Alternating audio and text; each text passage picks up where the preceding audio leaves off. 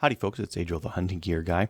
Today I wanted to talk about 223 versus 556. I had some recent fun finding the difference between these two, and I thought I'd kind of share it with everyone. There's a lot of kind of like rules of thumb out there, and I found some of them to not really be true. So I'm just going to be talking realistically here, the difference between blaster ammo. I know if you reload, you can do pretty much whatever you want. So why don't we talk about just like what the difference is in off-the-shelf ammo and what it means in your chamber in your firearm. So I want to get a little bit closer to this stuff. Now on the outside, these rounds look pretty much the same, but there are a couple of differences. One, you'll notice, and this isn't on the 556 spec, but a lot of this stuff is military spec ammo, and you'll see that that very clear kind of burn mark on the shoulder. That's from annealing. They need to keep that visible on this ammo, just as like a QC check. The other difference that you may not see in the ammo is that 223 is typically run a little bit slower. So this close one here is 223. Even though these are both 55 grain bullets, this guy will be about 150 FPS slower than this 556. So for blaster ammo, you do get a little bit more velocity out of the 556, and at range that will make a difference. The other difference, and I don't know if you guys can notice, this is XM193 on the top. It's made by Federal Independence.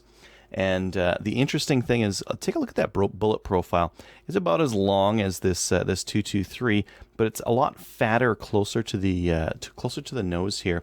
That makes a difference in how long it is from the base of the case to the ogive, where the bullet will start to hit the lands of the barrel. Now what this means is that on the 556, that bullet is going to engage the rifling a lot sooner than it will in the 223. The 223 through a 223 barrel will be fine. If you were to run this one in a 556 barrel, it would just have more room for that bullet to jump before it hit the rifling and started to engage and spin. That's a bad thing for accuracy. So generally running a 223 round in a 556 chamber, you might see some reduced accuracy. Now going the opposite way is not really a good idea, because 556 is run typically at a higher performance factor, higher pressure. The other problem is that because this bullet is seated out a little bit longer, because they imagine it's going to be run in a 556 spec chamber, this will actually engage the rifling upon chambering in a 223 chamber. So if I were to run this ammo in a bolt gun, or for example another tighter chamber, you may find that it will start to engage the rifling, which if it shoots it, that might be a good thing for accuracy, might be a bad thing for pressure. And it's also a bad thing if you want to extract that round afterwards, which is something that I found, because when I ran these guys, I was actually running these in a 223 wylde barrel, which should be okay, but I actually found that it was pulling the bullets out, or they were hard to extract. Anytime I was putting that into the gun, if I pulled the trigger, it was fine. If I didn't pull the trigger and I tried racking the charging handle back, this guy would actually be quite hard to pull out, or it would leave the bullet behind in the barrel. It would engrave it so much that that bullet would be held fast by the barrel. So long story short, running this 556, this XM193 spec stuff in a 223 barrel at wylde chamber, I found in 2 different wylde chambers this stuff would do that, and I had someone just recently contact me and tell me that they found the same thing, that this 556 spec ammo wouldn't run in their 223 wylde chambered barrel, which is kind of interesting because it's supposed to. 223 wylde is supposed to run just fine with 556 or 223.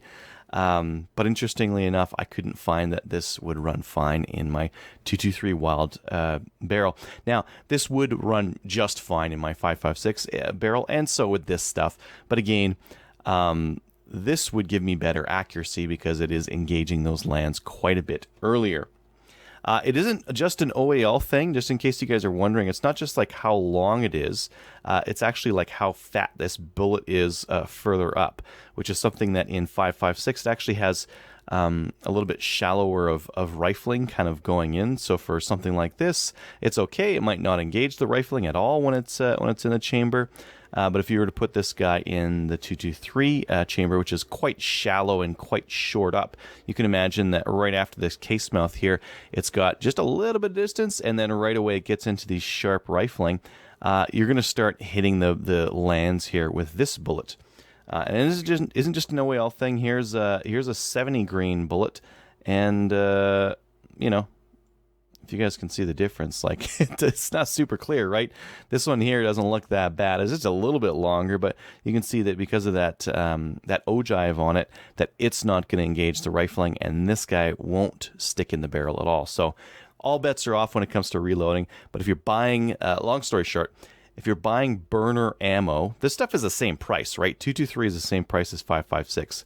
If you're buying burner ammo for a rifle you already have, and it's a 223 spec chamber or 223 wylde, you may want to go for the 223 ammo. You may want to test the 5.56 in your 223 wylde chamber. If you have a 5.56 chamber, definitely get this stuff. This military spec ammo is all over the place. It's really cheap. This is actually the cheapest stuff I can find in Canada, this federal independence ammo. It's right around like 41 or 42 cents a round, which is cheap. And it's decently accurate for, you know, just for blaster ammo, 55 grain stuff. And I really like it. You know, if I could, I would rather run this stuff than this 223, but I want blaster ammo, and I want blaster ammo that's reliable. So I might go for this stuff, unless, you know, I have a 5.56 chambered barrel. Maybe I'll try this stuff in it and see how accurate it is, because that'd be super interesting if I could get rid of some of this stuff using that 5.56 chamber.